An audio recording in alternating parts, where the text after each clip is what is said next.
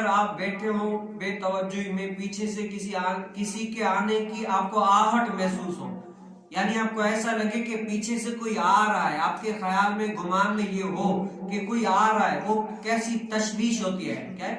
خیال کو تیری آہٹ کی آس رہتی ہے، ان نگاہوں کو تیری صورت کی پیاس رہتی ہے.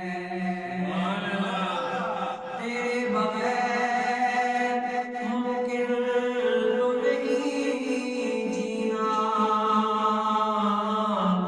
تیرے سوا طبیعت اداس رہتی ہے.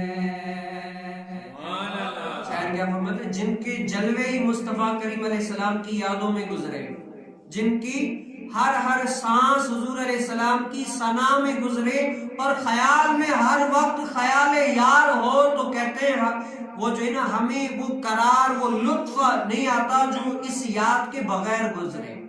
یعنی ایسی محبت ہوتی ہے.